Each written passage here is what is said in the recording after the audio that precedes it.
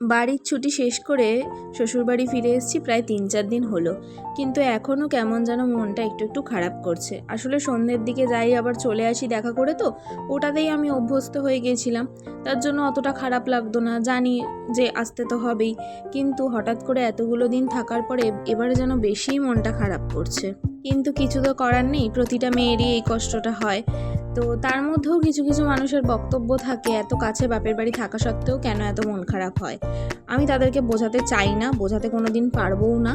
তবে যেটা আমার সেটা একান্তই আমারই থাকবে, কষ্টটাও আমিই বুঝবো। আর এটা আশা করি প্রত্যেকটা মেয়ে বোঝে, তো আমি আলাদা করে আর কাউকে কিছু বোঝাতে চাই না। যাই হোক, তো বাড়ি ফিরে এসে ঘরের অবস্থা তো প্রচণ্ডই খারাপ ছিল। জামা কাপড় সব বিছনার মধ্যে ছিল, সমস্ত কিছু গুছিয়ে পরিষ্কার করা, এই সমস্ত করতে করতেই প্রায় আমার 2 থেকে 3 দিন লেগেই গেছে।